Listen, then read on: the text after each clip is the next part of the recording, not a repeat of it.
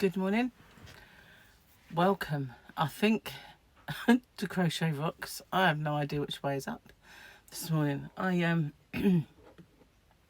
went out to this wedding last night and we had a really great time, but this morning, man, I've never felt this bad, and I didn't even drink because I don't, you know. Cheers, need this. Whoa. I guess it's maybe dry ice always kills me, and they do pump that out at these places. And singing a lot, especially the dancey classics, and you know, all of the kind of anthems that are ever at every single party you ever go to. Shouting loudly over the top of the music to talk to people, and dancing so much that I didn't think of it at the time, but now every bone and muscle in my body is like screaming, why? So yeah, I've had a couple of cups of tea. It's been the second one, I think, and some painkillers, and here I am.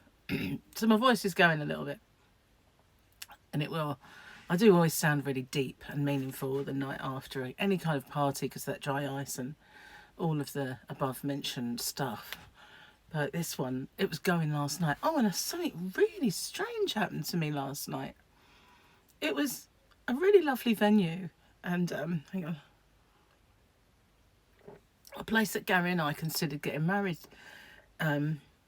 in, because it's near us. It's not too far, and it's very nice. I actually took her on walks there. It's a place called Hearty Ferry, and there's a pub right on the edge of the estuary there, and it they've got like a marquee in the garden now and a bandstand, and you can get married wherever you want there, really.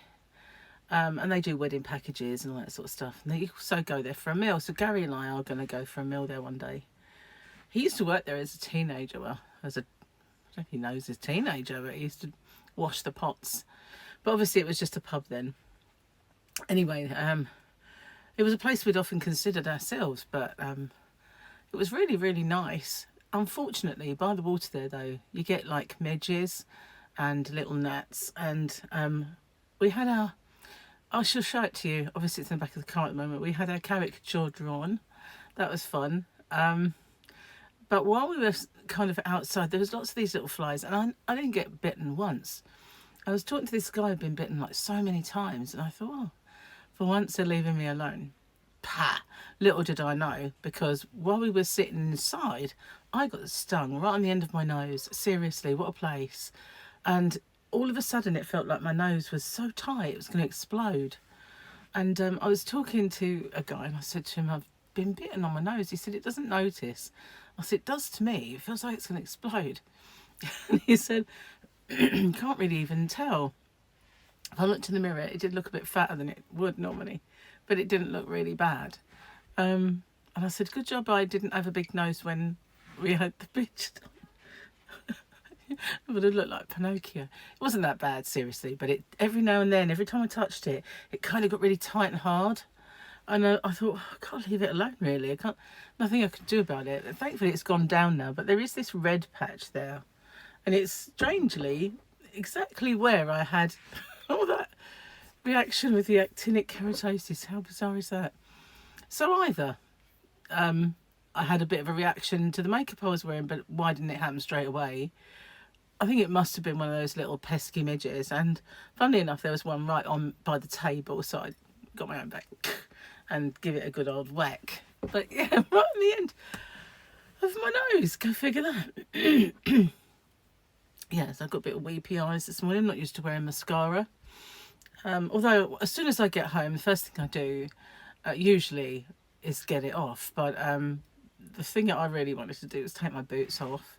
I just so wanted to get those off. My feet were, you know, felt, because I didn't want to wear sandals. I know it's summer, but you know, with all the problems I've had with my feet, I thought I wanted to wear enclosed.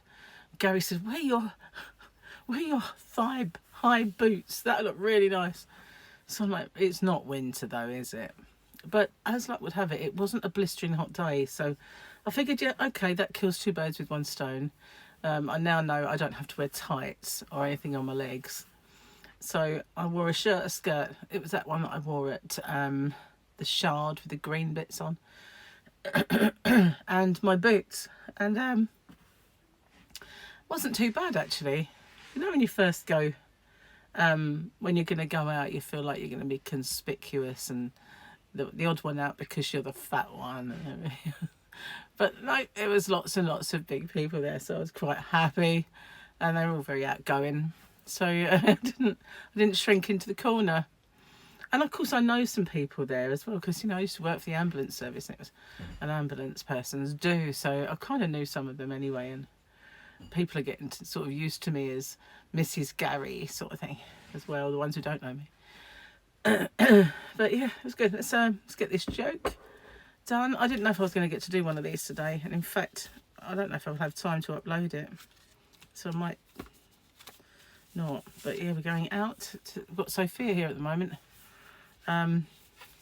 She can go to work with Charlotte, but she gets very bored, so Gary went to pick her up early this morning, made her breakfast, and we'll take her back in a minute.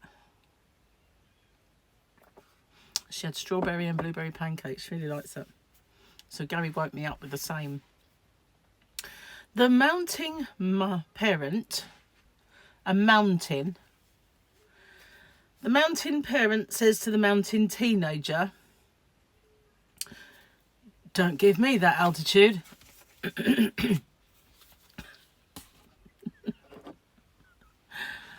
Oh man, they are dad jokes after all. So yeah, I do apologise for sitting here like a croaky mess of a relic. Do you know that joke? It takes you all night to do what you used to do all night. Just keeps popping in my head, and it's going to take me a week to recover from what I used to do all night.